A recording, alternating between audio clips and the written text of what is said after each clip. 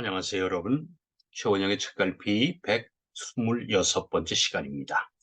오늘은 생각을 바꾸면 삶의 주인으로 살 수 있다라는 제목으로요, 생각을 나누겠습니다.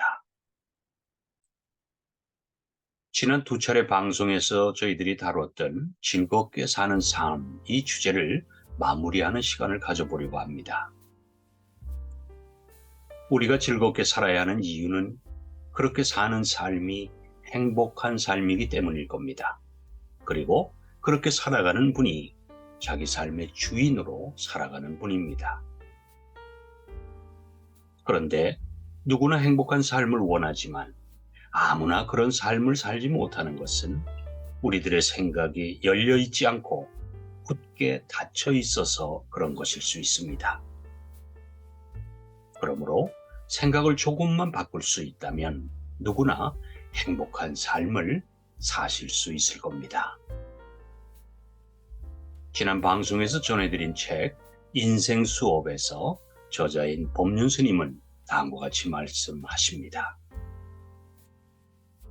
왜 살아야 하나라는 질문 속에는 나는 매우 특별하다라는 생각이 숨어 있다. 내 삶에 특별한 의미를 부여하고 거기에 맞게 삶을 살아야 한다. 이런 부담을 갖고 있는 것이다. 그런데 풀 한 폭이나 다람쥐나 인생살이는 같다. 나 스스로 특별한 줄 알지만 사실 별거 아닌 거다. 100일만 먹지 않으면 모두 죽는다. 그래서 나를 특별한 존재라고 여기지 않아야 한다. 그러면 내가 특별해져야 한다는 부담에서 벗어나기 때문에 조금은 더 가볍게 살 수가 있고 누구를 만나든 또는 어떤 일을 하든 편안하게 할 수 있다. 내 인생의 주인은 나다. 그래서 내 인생을 행복하게 할 책임과 권리도 나에게 있다. 그런데 자꾸 이런저런 이유를 붙여 자신을 괴롭히면 자신의 행복을 팽개치는 것과 다를 바가 없다. 그러니 왜 사느냐라는 질문으로 자신의 삶에 시비를 걸지 말고 어떻게 하면 오늘을 즐겁게 살까 이것을 생각하라. 이것이 삶의 주인으로 사는 것이다. 맞습니다. 자기 인생의 주인은 바로 자기죠.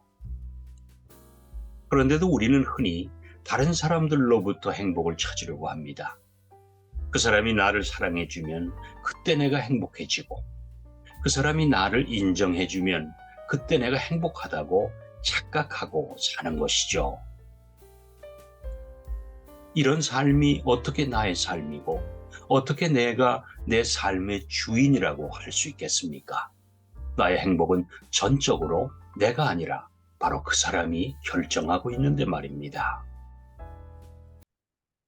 나의 행복을 내가 결정하는 것이 아니라 그 사람이 결정하고 있다는 것은 곧 나는 그 사람의 노예처럼 살고 있다는 말과 같은 말일 수도 있습니다. 그렇다면 내가 내 삶의 주인으로 살려면 내 생각을 어떻게 바꿔야 할까요? 삶의 주인으로 산다는 것은 곧 즐겁게 하루하루를 맞이하는 것만으로도 충분하다고 생각을 해보는 겁니다. 예를 들어볼까요?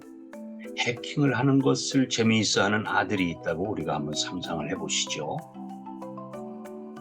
부모님 입장에서는 해킹은 도둑질과 같기 때문에 아들의 장래를 생각해서라도 못하게 하시겠죠. 그러나 생각을 이렇게 바꿔보면 어떨까요? 해킹하는 자체가 잘못은 아니다. 부모의 역할은 아들에게 이 해킹을 통해서 어떻게 하면 사람들에게 이로움을 주을까 이런 마음을 심어주면 되지 않을까라고요. 훗날 그 아들이 사이버 수사대에서 아주 못된 짓을 하는 즉 해킹을 하는 그런 사람들을 잡는 멋진 경찰관이 될 수도 있고요.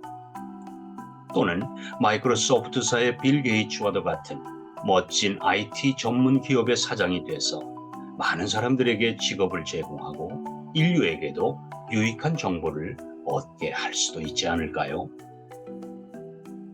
이렇게 생각의 방향만 살짝 바꾸면 됩니다.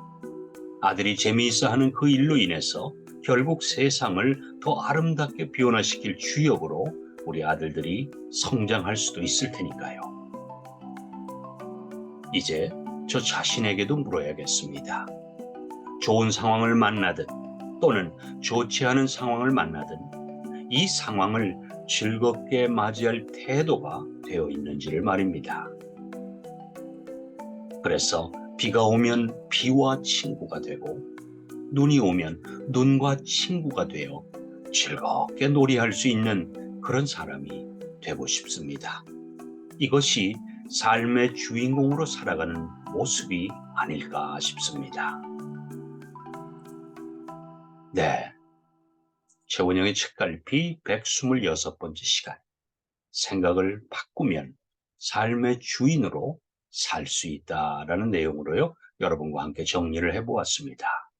다음 주 월요일까지 건강 잘 지키시고요. 반갑게 뵙겠습니다. 고맙습니다, 여러분.